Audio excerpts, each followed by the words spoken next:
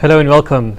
So last week we had a chat with Brandon and a few of the other patients who have been going through neurological rehabilitation as well as spinal cord injury rehabilitation. But today's episode focuses more on Brandon himself and with the foundation, and today we get some more information of what a truly inspired young man he's been, not just to himself and the family and friends, but to everyone around them. Brandon and Mark, thank you very much for coming, and it's a pleasure to have you again. Thank you for having us. Thank you. Happy to be here. Brandon, tell us more about your journey, about how it's been so far and everything that has gone up till now. Well, it's been quite an interesting journey. Just to run over the story again, I was a gymnast, national gymnast, a dancer and a musician, and I did gymnastics for 8 years of my life. And at the age of 16, I was training for a Western Province competition and had a fluke accident, fell off my apparatus, and missed the safety mats, landed on my head on concrete, and ended up breaking my neck at C6, C7, so it's about in this area, which left me paralyzed from about the chest down. I didn't have much function of my arms. I could only bend them slightly and shrug my shoulders. The doctor said I was going to be like that for life. So that was quite a dip in my road, because I was planning on going to the Olympics in gymnastics. That was my end goal. And I went to rehabilitation at Vincent Pallotti. And after 8 weeks of rehabilitation, I recovered slightly. There was some small hints of recovery, but the doctors, once again, they said that I had to just live my life as being in a wheelchair and just get used to it. And I wasn't ready to accept that. So ever since that day, I left and devoted my life to recovery, and I've dedicated all my time now to walking again, and I've got my mind set on walking, and there's nothing that's stopping me. I've already recovered further than what the doctor said. Fantastic, and that's a good introduction going forward. And I think last week we've established that the doctors had said one thing, but you're actually proving that you have more improvement than was anticipated. But moving forward and trying to forget your history, what are your goals now? What do you hope to achieve? Well, my long-term goal, I wish, and I'm pushing now obviously to walk. There's nothing stopping me. I don't mind how long it takes. I didn't have function of my arms or my hands, and now I've got function of my hands, and my arms are extremely strong. I've got function down my entire back, and I'm working on my abdominals and torso area. Right. So my long-term goal is to walk again, but short-term I needed a sport. I needed something to drive for. So I've gotten involved with sport again, and particularly I've gotten involved with shot put, discus, and 100-meter sprints. I started at the beginning of this year, and now I'm aiming on just competing and hopefully going national, international. Fantastic. So to tell us more about those sports, I mean, how is it different to once upon a time doing gymnastics and dancing, but now you're looking more at a upper extremity dominant exercise or sport? I mean, how different is it? Do you feel any difference in your training or the load? Psychologically, how different do you feel? Psychologically, it's kind of the same. Similar mindset, because I've always been an individual sportsman. So in that way, it's similar to gymnastics, and also in the same way, it's not endurance based. So it's not long distance, it's not running, it's not swimming or anything like that. It's very explosive kind of training. So short, quick movements. Gymnastics was very much like that. Throwing and sprinting is very much like that. So in that way, it's very similar. So that's how I fell into it very easily. And you also have mentioned that you'd like to partake nationally and internationally. Do you have any aspiring tournaments in the future that you'd like to be part of and to compete? Well, I hope to grow once again on my old dream of going to the Olympics, but just in a different form. So I'm now pushing for the Paralympics next year. Fantastic. So it's very short time to do it in, but nothing's stopping me. As long as you put your mind to it, if you put your mind to anything, Yeah. you can obtain any goal that you wish.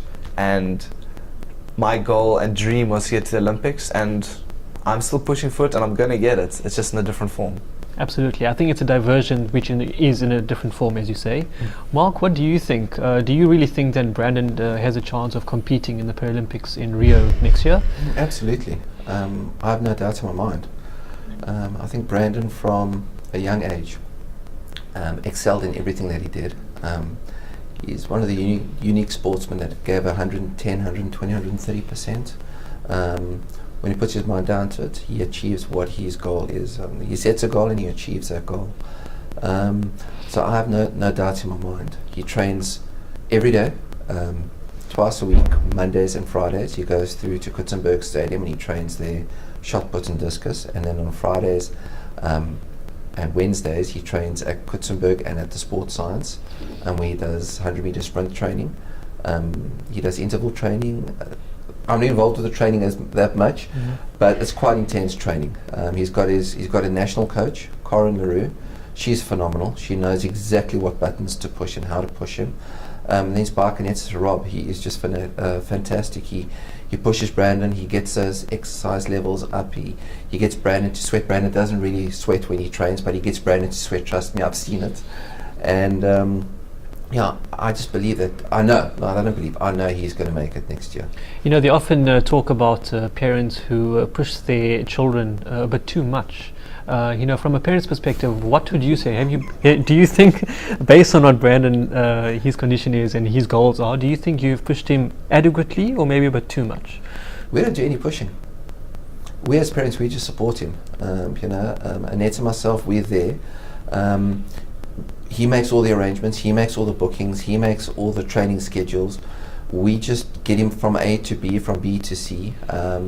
So all the drive and all the pushing comes from himself, not from us. Sometimes we have to turn around and say, Brandon, it's too much. You're not going to make through the day today. Your schedule, your load is just too much. You know, he does. I don't know how he does it, but he actually does do it. And he might be exhausted, but he goes to bed early, recharges his battery, and then he's up the next day with a new schedule, a new program, and he just doesn't stop. Tell us about how life has changed, you know, for you and your wife. You know, 3 years ago, things have changed. Brandon talks about a diversion for the better. But what's it been like with the family? It's been hard. I'm not going to lie, it hasn't been easy. It's a very difficult road. Anybody that is subjected to a family member, a loved one that is paralyzed, it's, I think Annette said it once, it's the next thing to death in the family. You don't really realize how it will affect you until it affects you. You have to change everything. Suddenly you start looking at things that weren't really a major issue.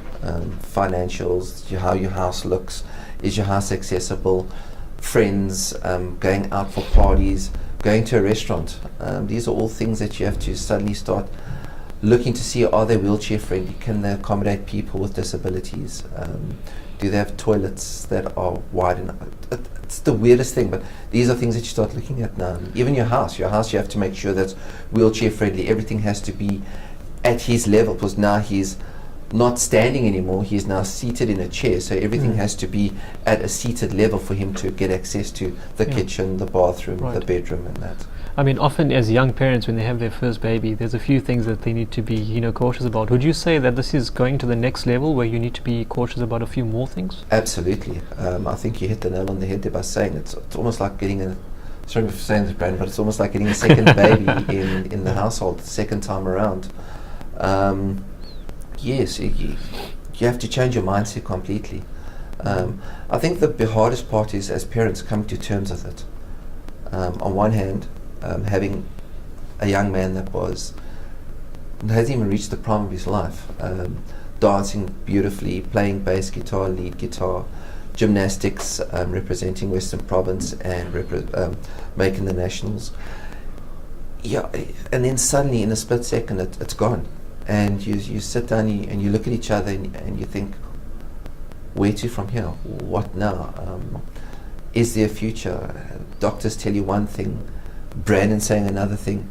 Who do you believe? Do you believe the doctors because they've been doing this for many years? Do you believe Brandon because you know his capabilities? Yeah. You've got to decide which road to take. And we actually decided not to believe the doctors, simply because we believed in Brandon and as a person. And he just made us understand that he wants to fight this all the way. He doesn't want to have a carer looking over him or looking after him, which we had a carer for 6 months. He would wake up at 3 o'clock in the morning to help Brandon turn, help him with his shower, help him with his getting dressed in the morning, getting his food ready. So there's all these factors coming in, that it's such a challenging thing on one's lifestyle, but not just with the person, but with the family themselves. But I mean, if we can just touch on looking at the 10% of families who are then able to, provide for certain persons with the disabilities. But what about those others who can't really afford the basics? I mean, what do we go from there? That 90%, it's basically, it becomes a major burden on that family. For example, if they can afford it, they'll get a carer. If they can't afford it, the disadvantaged families that can't afford it, inevitably one of two things either happen. Either that child or the wife or the loved one just gets left at home and becomes a burden on the family, or else a family member has to give up his day job to actually come and care for that person and to help that person. And this is where we brought in the Walking with Brandon Foundation to actually help that person recover. We want to help them recover. We want to take them to the next level, not be reliant on the carer or on the family member. And if we can help them, like we've done with Brandon, to get your hands and arm function back, which you've never had before, makes you more independent, gives you self-confidence, gives you motivation, gives you drive, and then you're not reliant, and that family member that was looking after you can now go back into the working environment and create that income into the family that was there, then was taken away, and now it's back again. So that's what we're looking at. We don't make people promises that they'll walk. We can never make those promises. But what our drive is to actually help them recover. Fantastic.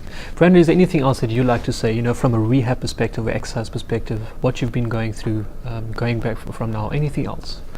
I can definitely say that it's a hard road. But if you put your time and dedication into it, you will get back. I can definitely say this. It's a mental battle. It's a mental and emotional battle. It's not only about physical. I mean, there's constant mind games being thrown at you.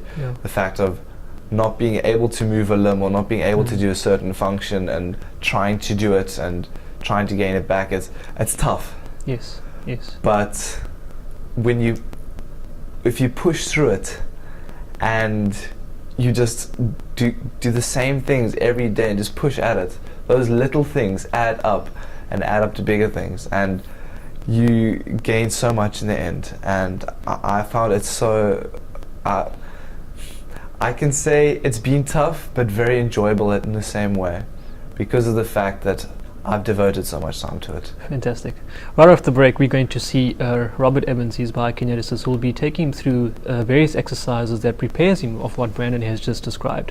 And hopefully one day all of us can own a bracelet just like that, which shows about Walking with Brandon Foundation. See you later.